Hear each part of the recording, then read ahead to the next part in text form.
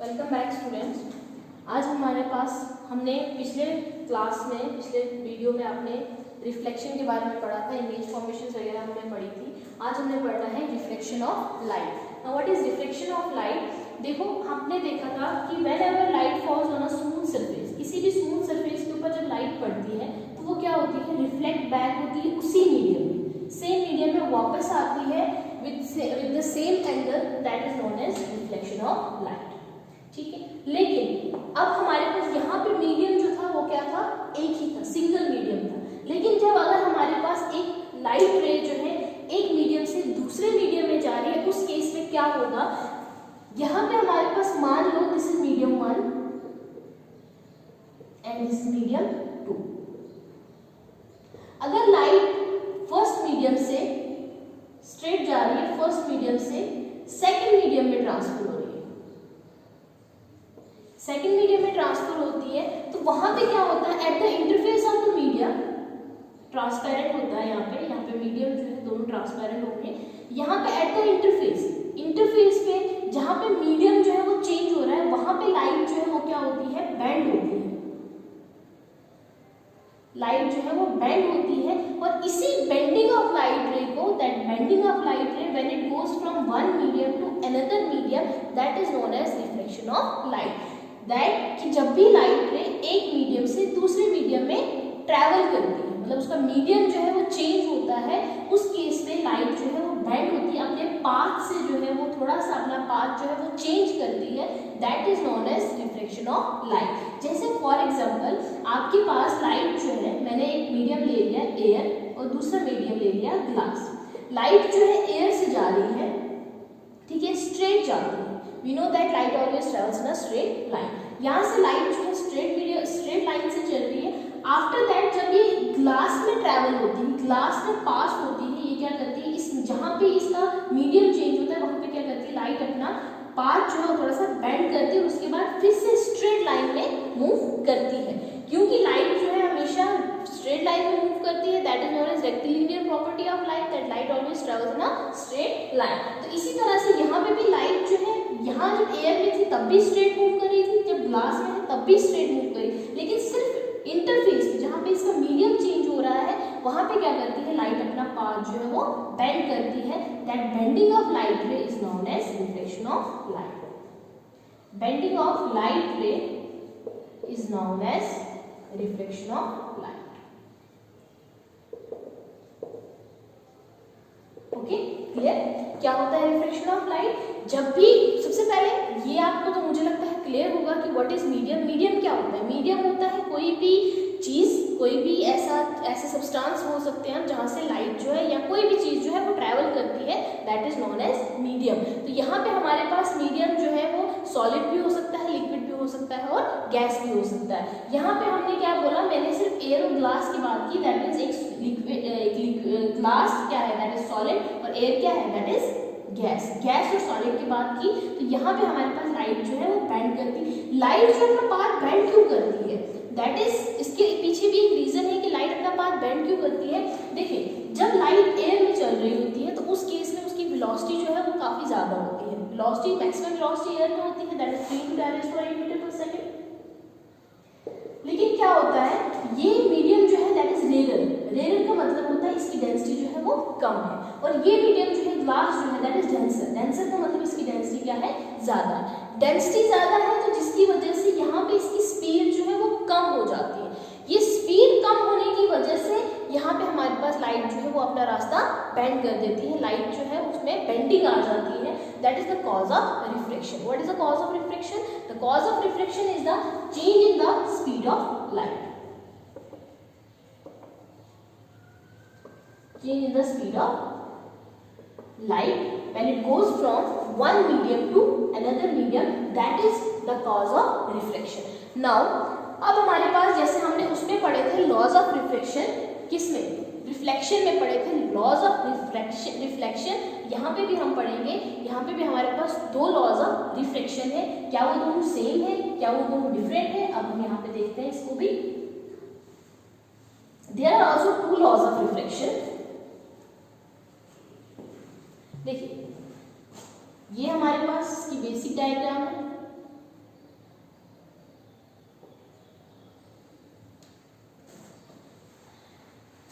This is known as what, light ray incident हो रही तो इसको क्या बोलेंगे, इंसिडेंट रे। ये लाइट रे रिफ्लेक्ट हो रही तो इसको क्या बोलेंगे, refracted ray, not reflected, this is refracted ray. ये क्या है, दिस इज, अगर हम एक परपेंडिकुलर ड्रॉ करेंगे at the point of incidence, that is known as normal. Okay, after that सबसे पहला लॉ जो था उसमें, पहला नहीं, हम सेकंड लॉ देखेंगे। सेकंड लॉ क्या था कि दैट जो इंसिडेंट रे है, refracted ray and the normal, they at the point of incidence all are on the same plane. तो ये लॉ जो है यहाँ पे भी वैलिड होता है कि that incident ray, refracted ray and the normal at the point of incidence all are on the same plane. ये एक ही प्लेन पे लाई करते हैं, that is incident ray, refracted ray and normal at the point of incidence, at the point of incidence all lie on the same plane, all lie on the same plane। अब यहाँ पे हमारे पास क्या है कि second law जो है उसमें था रिफ्लेक्टेड के केस में हम देखते हैं कि एंगल I जो है that is equal to angle R, angle I is equal to angle R। लेकिन यहाँ पे आप देख रहे हो कि एंगल I जो है that can not be equal to angle R। क्यों? क्योंकि अगर ये स्ट्रेट जाता, ऐसे स्ट्रेट जाता, उस केस में एंगल I और एंगल R इक्वल होता है, क्योंकि वर्टिकली अपोजिट एंगल्स होते हैं तो वो दोनों इक्वल होते हैं। लेकिन यहाँ पे क्योंकि ये बेंड हो रहा है जिसकी वजह से एंगल I जो है एंगल R के बराबर नहीं आ रहा है। तो अब यहाँ पे क्या आ रहा है, अगर आप देखें इसके ऊपर बहुत सारी स्टडीज हुई थी जिसके लिए देखा गया, इन्होंने बहुत सारे इसके लिए ऑब्जर्वेशंस की, बहुत सारी वैल्यूज दी गई और देखा गया कि जब भी एंगल, जैसे हम डिफरेंट एंगल्स लेते हैं, एंगल ऑफ इंसिडेंस डिफरेंट पे लेते हैं, angle I, angle R, I and R। For example, for angle I1 R की वैल्यू क्या आ रही है, R1, I2 के लिए R की वैल्यू क्या आ रही है, R2, I3 के लिए R की वैल्यू क्या आ रही है, I3।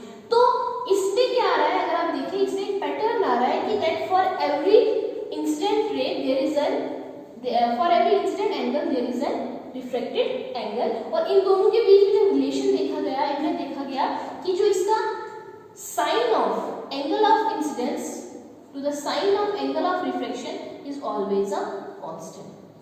मतलब आप कोई भी वैल्यू लो, चाहे दिस अपॉन दिस लो, I2 अपॉन R2 लो, I3 अपॉन R3 लो, वो हर बारी क्या आएगी, एक कांस्टेंट आएगी, वो हमेशा क्या आएगी, सेम। तो यही जो है that is the second law of reflection, that is what, that sine I, the ratio of sine of angle of incidence to the sine of angle of reflection is always equals to a constant. This law is known as Snell's law of reflection, and this is the second law of reflection. क्या है second law of reflection? सबसे पहले first law of reflection क्या है, that incident ray, reflected ray and the normal at the point of incidence are lie on the same plane. Second law is that the ratio of sine of angle of incidence to the sine of angle of reflection is always a constant. This law is also known as Snell's law of reflection. तो इस constant जो है, इस constant की भी एक story नहीं बोलेंगे हम, कि इस कांस्टेंट को भी एक नाम दिया गया है, और वो नाम क्या दिया है वो मैं बताती हूँ आपको।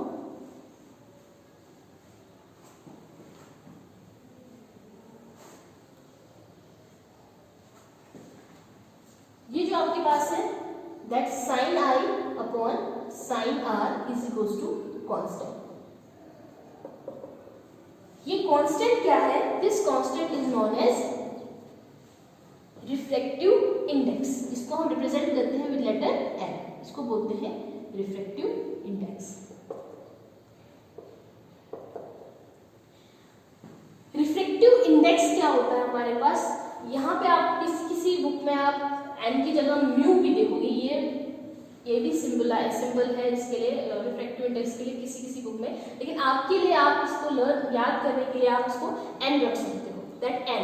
लेकिन हम इसको जनरली सिर्फ n नहीं लिखते, इसको लिखते हैं n21 या n12, that is refractive index of second with respect to first medium.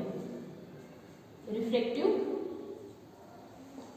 Index of second medium with respect to first medium. That means अगर आपके पास ऐसे मीडियम है कोई,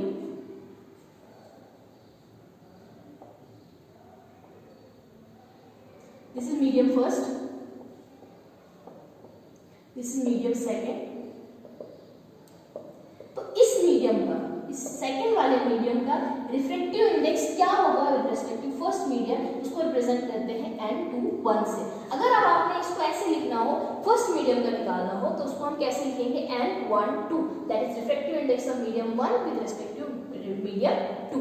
यहाँ पे अगर आप देखो, अगर मैं यहाँ पे एयर ले लूं, फर्स्ट मीडियम एयर ले लूं और सेकेंड मीडियम जो है वो ग्लास ले लूं,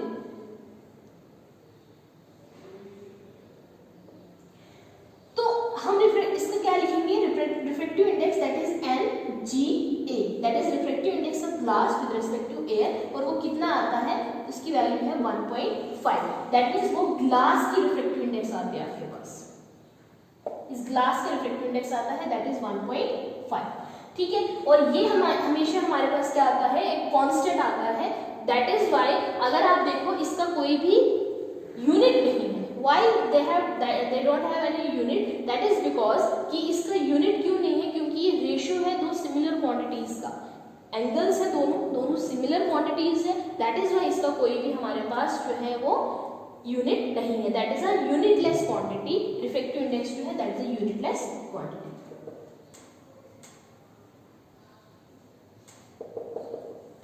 clear, this is refractive index. Refractive index को अगर आप ऐसे देखा जाए, जनरल एक सिंपल वर्ड्स में क्या कहा जाता है रिफ्रैक्टिव इंडेक्स को, that is a bending ability of an medium.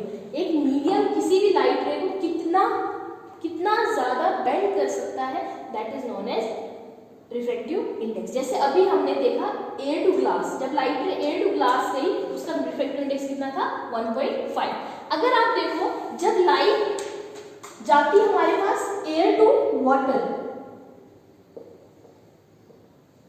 उसका रिफ्रैक्टिव इंडेक्स कितना आता है, NWA, उसका रिफ्रैक्टिव इंडेक्स कितना है, 1.33, ठीक है। अगर और ज्यादा डेंस मीडियम हम कोई ले, दैट इज डायमंड ले लो आप, सबसे ज्यादा डेंस मीडियम है दैट इज डायमंड, उसका रिफ्रैक्टिव इंडेक्स क्या आता है, NDA, that is equals to 2.42, सबसे ज्यादा डेंस है, दैट इज डायमंड जो है मैक्सिमम लाइट रे को क्या करता है, बेंड करवा सकता है। तो this is the refractive index of that air to glass, air to water and air to diamond. Refractive index क्या होता है, that is the bending ability of any medium, कि वो लाइट रे को कितना ज्यादा बेंड कर सकता है। देखो अब यहाँ पे लाइट रे बेंड तो हो रही है, लेकिन इसका एक पैटर्न है, प्रॉपर पैटर्न है कि लाइट रे बेंड कैसे होती है। जब रेयर से डेंसर में जाती है तो कहाँ की तरफ बेंड होगी, डेंसर से रेयर में जाएगी तो कहाँ की तरफ बेंड होगी। उसके लिए क्या है कि हमारे पास दो केसेस हैं,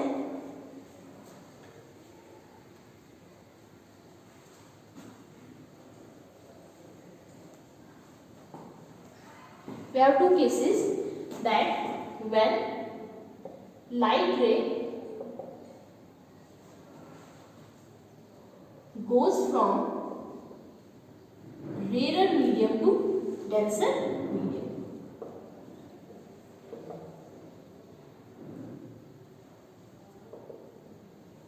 जब भी लाइट रे, इसको आप दिमाग में बिठा के रखें कि जब भी लाइट रे रेयर से डेंसर में जाएगी, this is rare medium and this is denser medium, जब भी लाइट रे रेयर से डेंसर में जाएगी तो वो कहाँ की तरफ बेंड होगी, टुवर्ड्स नॉर्मल, नॉर्मल की तरफ, दैट इज ये इसका स्ट्रेट लाइन पाथ था, ठीक है।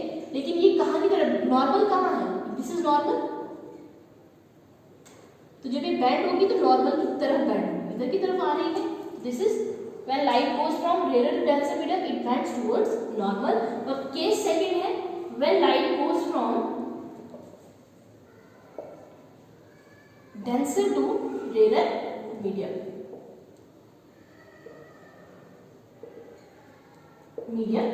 तो इस केस में लाइट जो है वो कहाँ की तरफ बेंड होगी, जैसे मान लो this is denser medium, this is rare medium, जब लाइट डेंसर से रेयर में जाएगी it will bend away from the normal, यहाँ की इससे दूर जाती है, ठीक है। और हाँ एक चीज और है कि जब लाइट नॉर्मली फॉल करती है किसी भी मीडियम के ऊपर, नॉर्मली मींस परपेंडिकुलरली फॉल करती है, वो अनडेविएटेड जाती है, विदाउट एनी डेविएशन, कहीं की तरफ बेंड नहीं होती, वो स्ट्रेट जाती है तो वो भी हमारे पास एक केस है, that is case third, when light falls perpendicularly या normally on a surface of a medium, then it goes without any deviation, it goes without any bending, it goes straight. ठीक है, तो हमारे पास आ गया ये कि रिफ्लेक्शन ऑफ लाइट में हमारे पास लाइट जो है एक मीडियम से दूसरे मीडियम में जाती है तो कैसे बेंड होती है। इसके बाद नेक्स्ट जो है that is reflection through a glass slab.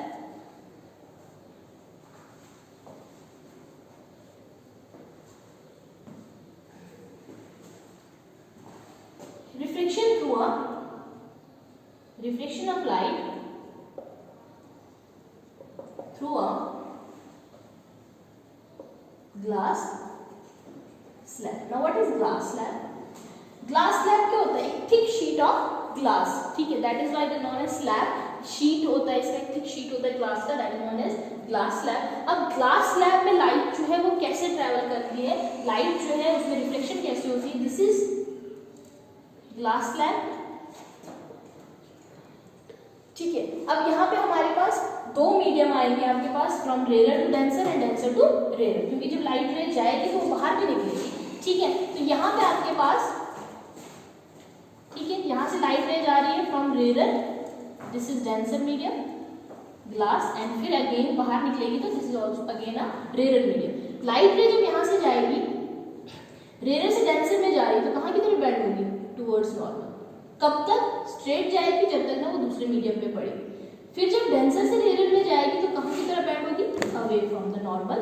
ठीक है, तो हमारे पास क्या बनता है, अगर हम देखें इसको, एक पैटर्न बनता है, this is incident ray, this is normal, इसको एन ले लो, इसको एन डैश ले लो, angle of incidence, angle of reflection, this is reflected ray and this is emergent रे।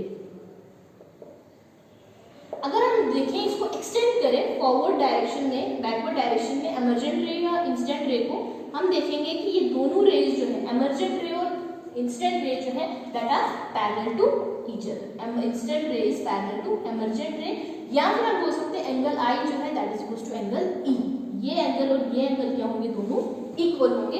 This is how reflection of light takes place in glass slab. और ये जो हो रहा है हमारे पास, यहाँ जो दिस, यहाँ पे जो आपके पास ये डिफरेंस आ रहा है ये पार्ट के बीच में, that is known as lateral displacement.